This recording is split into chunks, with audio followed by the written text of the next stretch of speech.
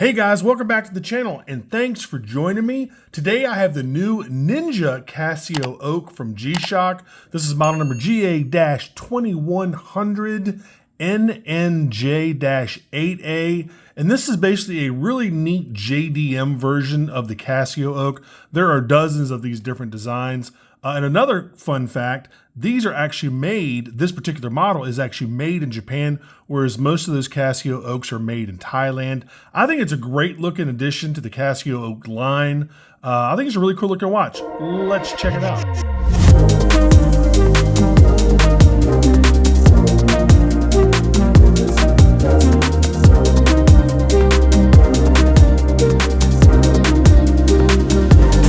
Alright guys, we'll check this thing out, but first make sure you check out my Amazon shopping channel if you like any of the watches I've reviewed on my channel. As y'all know, I get a very small commission if you buy anything from my Amazon store, so whenever you do so, I really do appreciate it.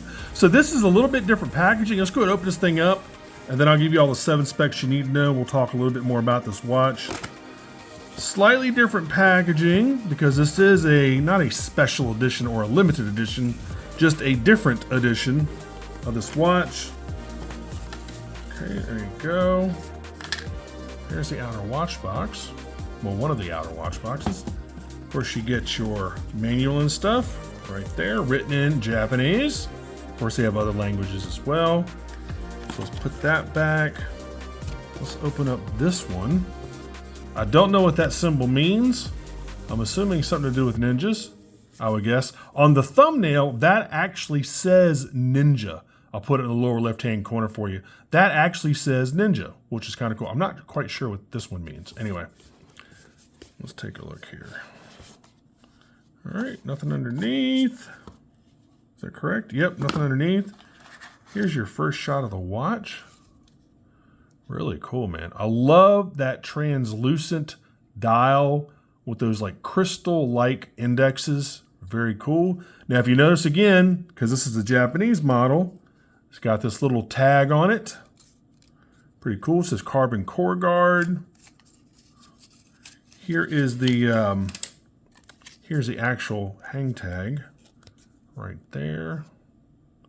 There you go. Flip it over. Of course, everything is in Japanese. Most of it is. There you go. All right, so let's get all this stuff out of the way. Let's talk more about this watch.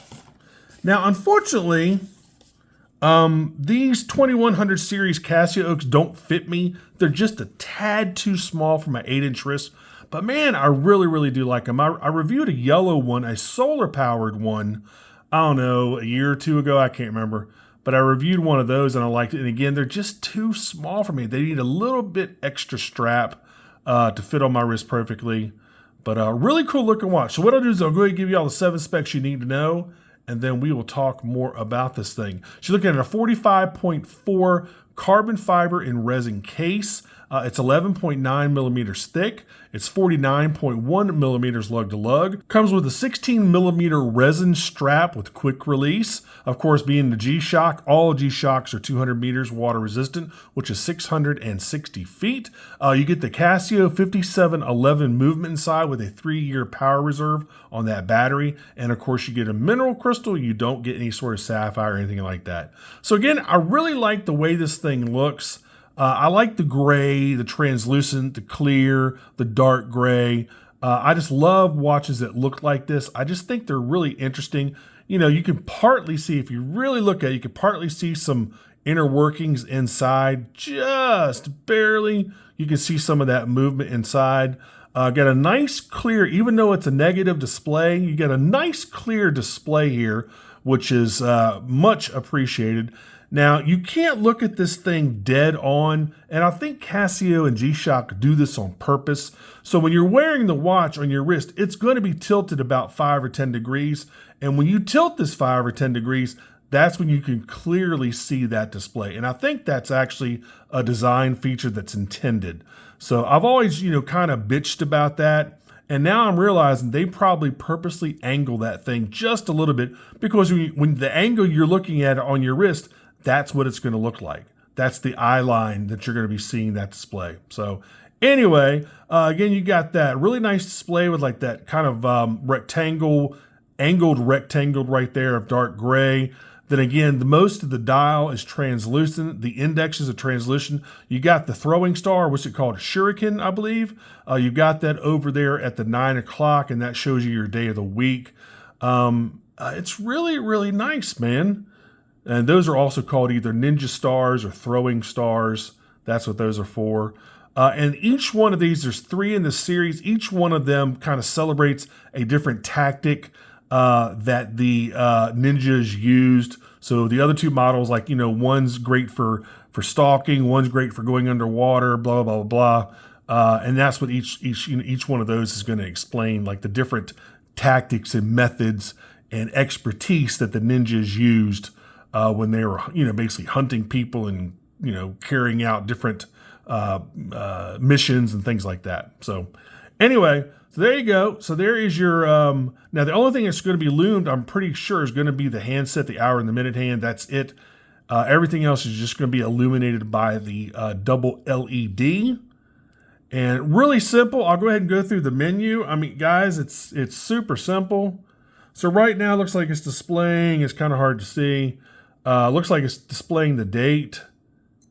And then obviously you go to world time there. It's currently set to UTC, which is 5 hours ahead of us, I believe. There's your stopwatch. I'll go ahead and start the stopwatch just so you can take a look at it. There you go. I mean, it's a stopwatch. What do you expect? Let me go and reset it. And I don't know if this is the reset button or not. Probably isn't.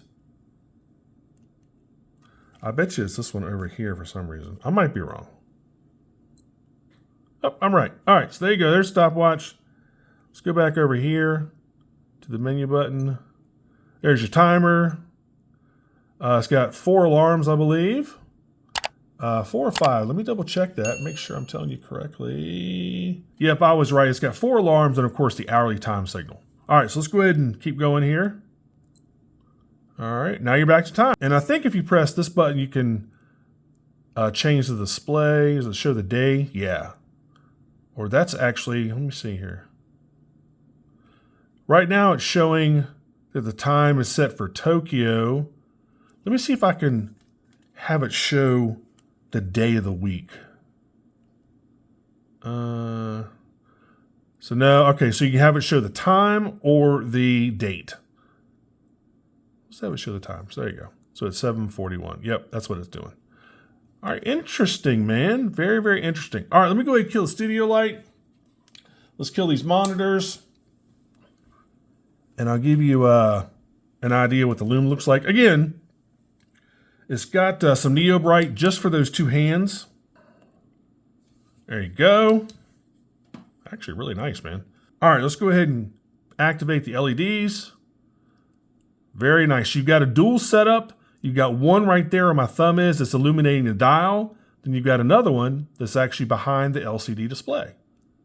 Oh yeah, that's plenty good. That's all you need, man. Really good. I like it.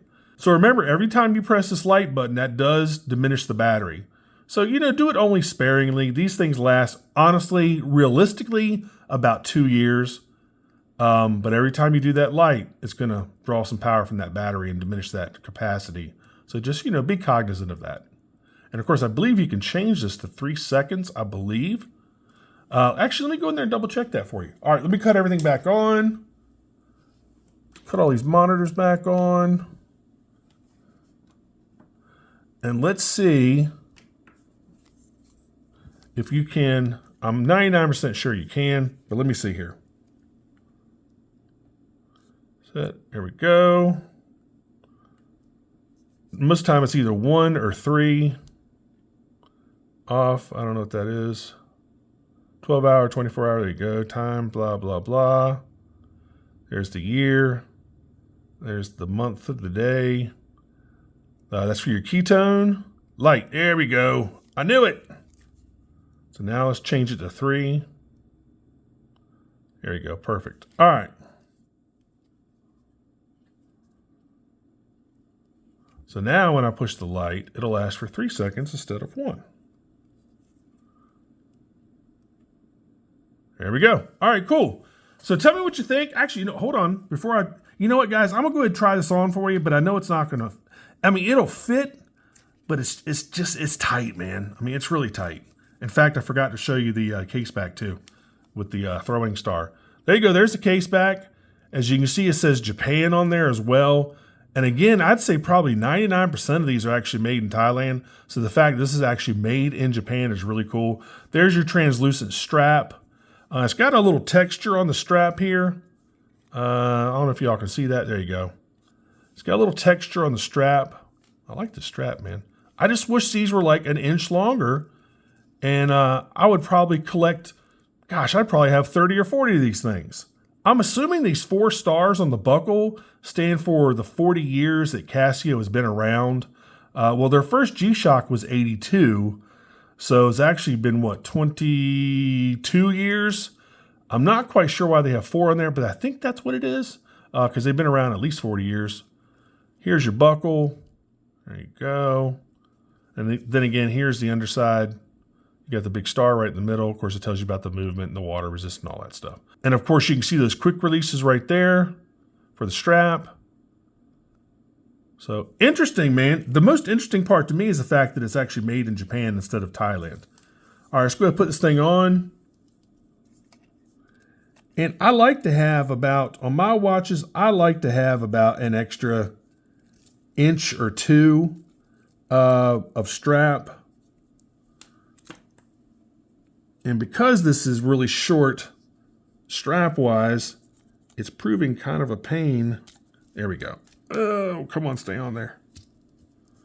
Yeah, it's kind of proving a pain to get on. All right, there we go.